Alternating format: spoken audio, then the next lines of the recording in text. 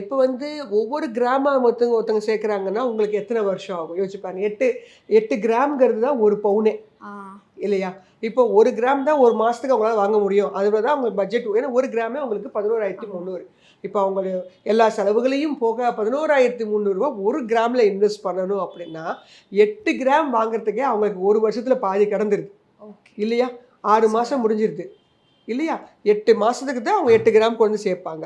அப்ப 10 பவுனுக்கே கிட்டத்தட்ட அவங்க எத்தனை வருஷம் காத்திருக்க வேண்டியதா இருக்குது. இல்லையா? ஸோ அதனால இந்த சமயத்துல வந்து ஒரு 15 பவுன், 20 பவுன்லாம் வந்து சேர்க்கணும் அப்படின்னா, குறைஞ்ச பட்சத்துல இந்த ரேட் இப்படி நீடிக்கும் பட்சத்துல, குறைந்தபட்சம் அவங்களுக்கு வந்து ஒரு 7, 8 வருஷமாவது ஆயிடும் ஆயிடும். அப்படிங்கிறது ஒரு மாசத்துக்கு 1 கிராம். இப்போ வசதி இருக்கிறவங்க 1 மாசத்துக்கு 5 கிராம் கூட வாங்குவாங்க. அப்போ ம். அவங்களுக்கு இன்னும் ஷார்ட்டேஜ் ஆகும். இல்லையா? நான் 1 கிராம்னு வச்சு கணக்கு வச்சு பண்ணி சொல்றேன். ஏன்னா நார்மலா ஒருத்தரால 1 கிராம் தான் சேர்க்க முடியும். இப்போ உள்ள விலைவாசிக்கு 60,000 1,00,000 சம்பாதிச்சா தான் ஒரு 10,000 சேவிங்ஸே பண்ண முடியும். அந்த ஃபேமிலியில இருக்கக்கூடியவங்களுக்கு. அப்படி பண்ணும்போது அவங்களால 1 கிராம் தான் வாங்க முடியும்.